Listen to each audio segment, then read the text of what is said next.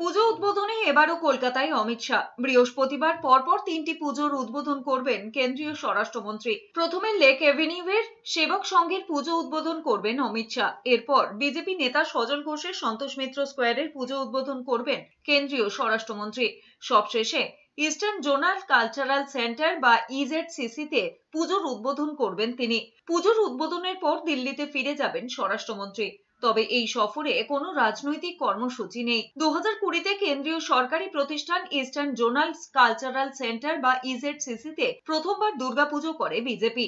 সেবার ভার্চুয়াল মাধ্যমে পুজোর উদ্বোধন করেছিলেন প্রধানমন্ত্রী নরেন্দ্র মোদী। এরপর 2023-24 আর কোনো পুজো হয়নি। বদলে 2023-এ ইজেডসিসির বিপরীতে ঐকতান চত্বরে পুজো করেছিল বিজেপি। যদিও অমিত শাহ সেবক সংঘের পুজো উদ্বোধন করবেন না বলে দাবি করে খোঁচা দিয়েছেন কুণাল ঘোষ। নিজের এক্স হ্যান্ডেলে পোস্ট করে তৃণমূল নেতা বলেছেন, লোকজন হবে না, তাই দক্ষিণ কলকাতায় বাতিল হয়েছে অমিত শাহর পুজো উদ্বোধন।